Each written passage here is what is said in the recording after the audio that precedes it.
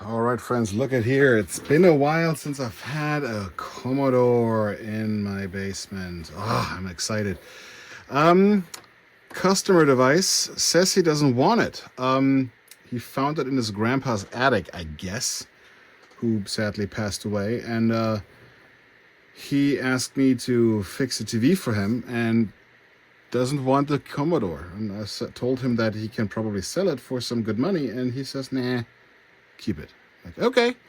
Well, annoyingly, it's broken, as you can imagine. So let's see what it does. I'm using the original brick, and careful, you should never use the original brick on your Commodore 64 unless you have one of these. It's an over voltage protection device, and I tell you what, these, as you can see, it's green, so which means this power supply is safe.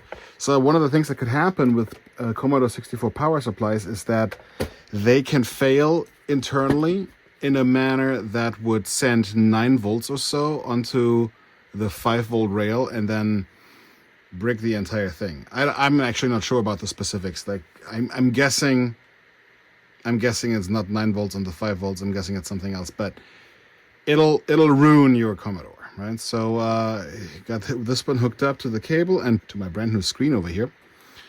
Let's flicker on, and we get the dreaded black screen. Yes, you know there's supposed to be a blue screen that says Commodore Basic and then tell you how many bytes are supposed to be free. Well, that's that. So, and as you can see, I already have my trusty diagnostic cartridge here installed. Annoyingly, 2 keys broke off, so the stem is still in there, so I'm guessing I could glue that or epoxy that on, but no, it looks like there's something broken in there. So we'll have to source 2 new key plungers and 2 new springs. That'll be a problem for later. Anyways, let's flicker on with a dead test cartridge installed. And dead test always takes a little while for something to show up on the screen. I guess it's testing the 0 page. And if that were broken, it will give you a blink pattern. But it comes on. And as you can see, it'll say 0 page. It'll test the 0 page now, and it'll say OK. It'll test the stack page, and it'll say OK. And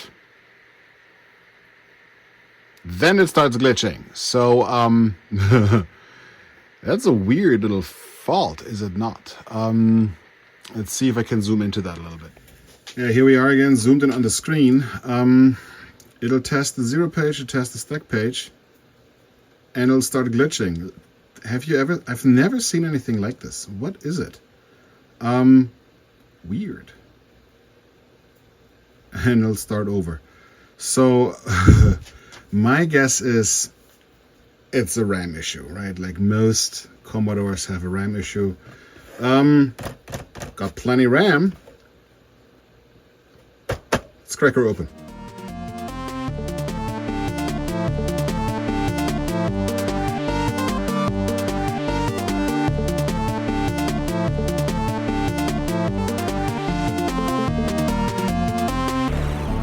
Alright, great. So let's pop the dead test back in and let's see what's going on. So let's first see if we still have the same problem. 2 and 14. These are the RAM chips, those 4 and those 4.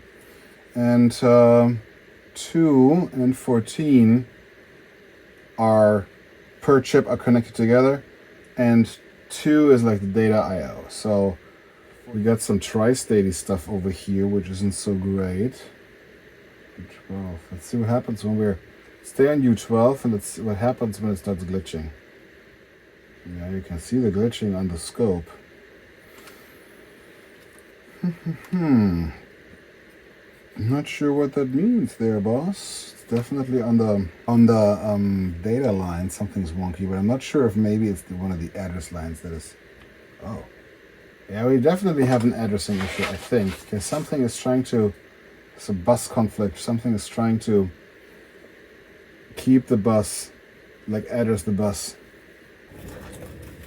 We don't have any particular culprit here. We don't have any smoking gun as what it could be.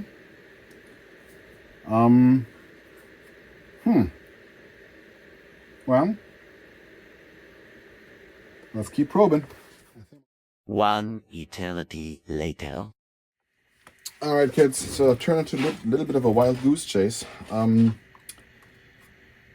Like I said last time, using the dead test, we didn't have a smoking gun as to what was wrong, and we still don't.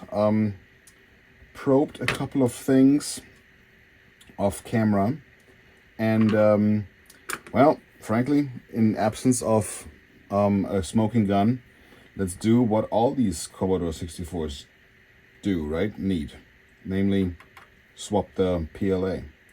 So I swapped the PLA with a brand new known good part. Same problem. But then, after a while, we had little bit of a short. So it turns out that this capacitor down here showed, when I was probing this thing, showed that there was a short between the ground and plus 12 volts. And the CPU wouldn't come out of reset. Of course, if it's shorted, right? Looking around, I found the shortest short was here in the RAM chip U22. Put the dead test back in, and in fact, I removed the short. Which was, in fact, just this capacitor here. There was gunk underneath, just like here. That was the short. And after that, the dead test would indicate U22 to be broken. So I've swapped U22, and well, that wasn't it. We still have the same issue. But then I found this. Here, this glitching always happens after it is done checking the 0 page and the stack page. And the next thing that dead test checks is then the screen RAM. Screen RAM lives at 400 hex and to 7FF hex. And if you translate that into binary, it means the 11th address line is high, and then all bits like that is 0001, bunch of zeros. That's 0400, and 7FF is all 11 addresses 0 to 11 are high. So, but when I probe over here, check what I'm seeing here. You see this pattern? I am now on one address above 7FFF. I am now at, what is it, 500 hex? And this is address line 12. That doesn't look right to me.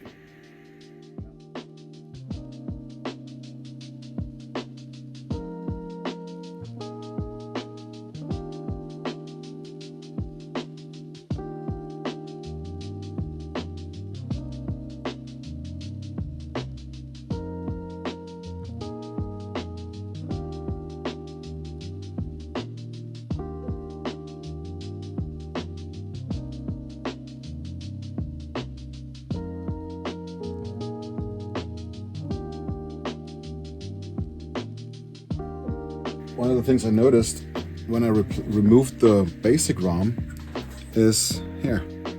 This leg, pin 4, which is address 4, wasn't connected from the kernel, from the basic ROM to the kernel ROM. So it is connected to the character, from CPU to character to kernel, but then this one was missing. I'm not sure what happened. Manufacturing defect? I'm pretty sure it didn't rip the trace as I moved the chip. So maybe that was just, a defect from factory. You can see it here on the other side. There is right there. There's a piece of trace just flat out missing. So I installed a barge wire. Maybe that was just a problem that existed with this computer since it was created, and it just never got fixed because it never became a problem for the user. Maybe there's the glitching. Okay, so it just took a little while longer, but the glitching is back, or rather is still there. So that kind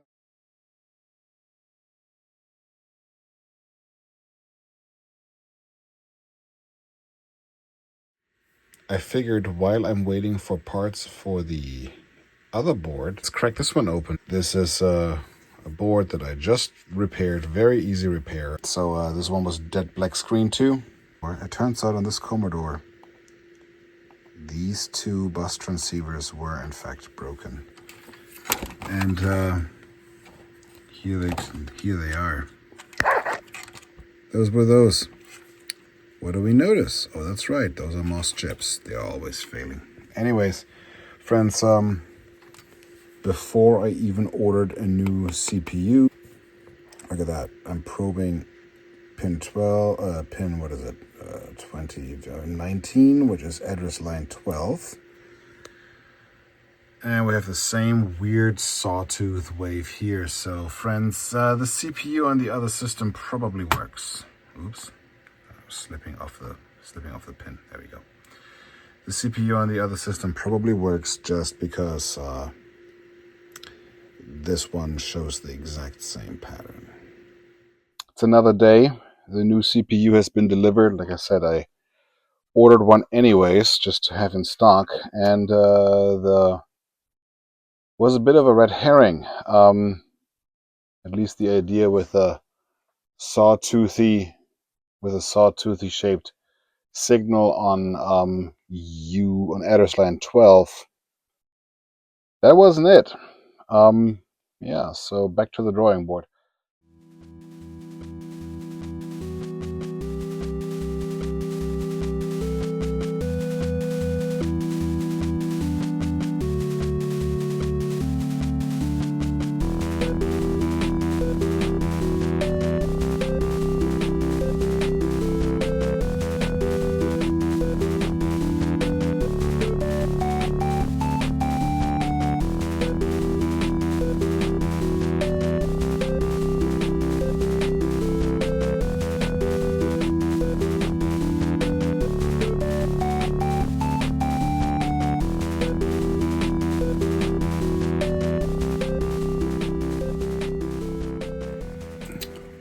It is complete. I forgot to install a jumper link over here that's required according to the manual for the DesTestMax switch, and a push button, of course, for the reset. So, and here's the Grandpa C64 that's still being repaired. In fact, I ordered this and assembled this because I couldn't get ahead with this C64. There's a random problem that I couldn't find. Let's see if the desk test works and if we are able to find something out with it. Well, look at that. And right away we see that we have a problem. Gray border, we don't have that, so the VIC is fine. Plus we see stuff, right? 0 page is fine. In fact, when we press reset, yep, that works. We see a gray border followed by a blue border, so it tests the VIC and it tests it fine. It tests the 0 page, tests it fine. The purple border is the stack page, which goes away, and then we have all these bars. And we see here that at this address, for a 14, 13,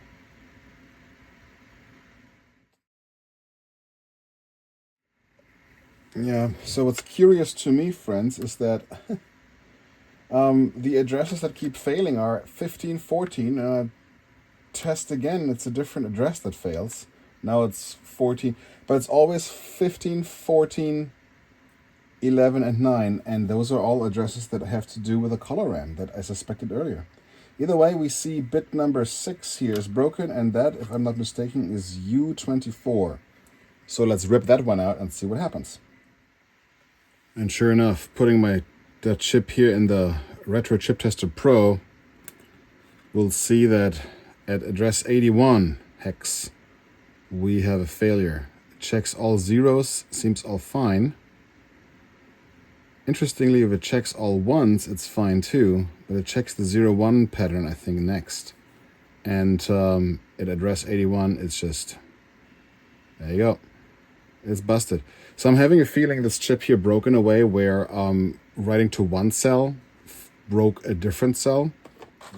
That's exactly what Adrian Black always says. He says these dead test cartridges, they're pretty good, right? But they don't perform a March test, so they can, in fact, overlook certain kinds of errors. And the desk test specifically performs these march tests and can identify failures like this. So that's pretty good. That's pretty good news. Let's find another chip. Found a new chip from my stash. Just to be sure, we shoved that into the retro chip tester, just to make sure we're not replacing a bad chip with another bad chip.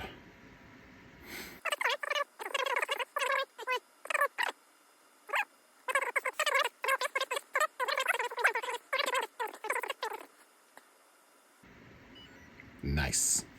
Let's throw this one in the board. The new chip is installed. The cartridge is installed. And look at that.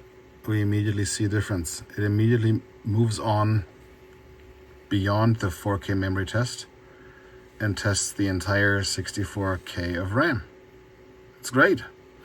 So let's find out if that did it. That's normal, by the way. Let's find out if that did it. And if we have still the weird screen pattern using the dead test. And here we are. It's now testing the screen RAM. You see how it's those letters flashing up in the white area of the screen. Yep, it went through the zero test, the zero page test. It went through the stack page test. It's now testing the screen RAM. That's all with the dead test cartridge installed over here. And here in a hot second, we should see how it's now moving on to the color RAM.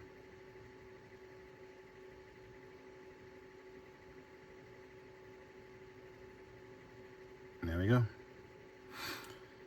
So yeah, let's wait for it to continue testing the rest of the RAM. And then I'm pretty sure we're gonna have a working system. And you can hear the sound. Very quiet.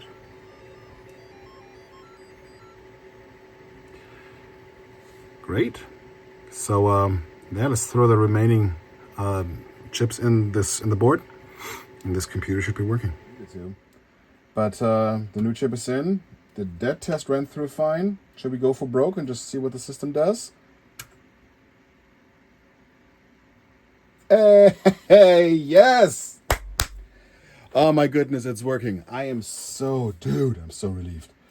Yeah, it was a quick 3-minute job. Not really, more like 20-minute job with the dead test. The dead test entirely failed me.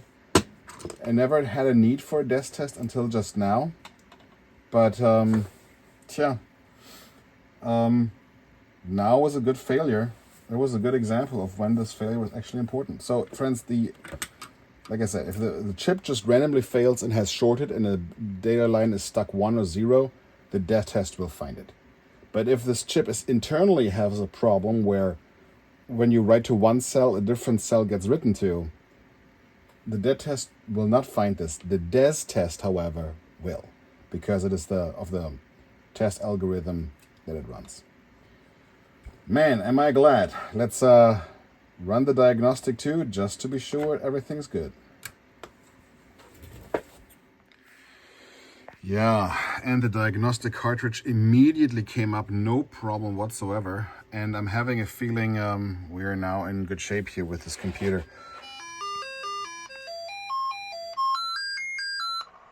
So yeah, Grandpa's C64 is working again. Yay, finally. So, Grandpa's C64 is nearing completion. Off camera, I already disassembled the keyboard and cleaned it all out from the inside. And there were 2 plungers that were broken off this way here. I have the keys, but the rest of the plunger is still sitting inside the key. It has a new plunger. I had 2 more in stock, exactly 2, and I also had exactly 1 more spring in stock. The other one was somehow inside the 64. I'm not sure how that happened, but yeah. So I guess in order for us to fit these 2 keys, we gotta get this plastic out. So. And I think the way I'm going to try to do that is to just take my superfine drilling tool here and just drill it open. Oh yeah, that works. I can drill into the plastic pretty okay. So, and then we'll see if we can find a screw that is nice and pointy enough. Do I happen to have one on the bench here? No. Little pilot hole in. Drill the screw in. Oh, and there it goes. Ha-ha. Nice. All right. That was nice and easy. That is, I am so happy that this worked out. 1, 2, 1, and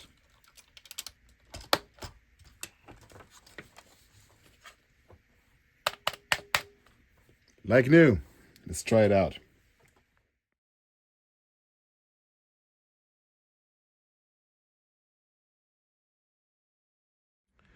And here we are. Grandpa's C64 is finally complete and finally finished.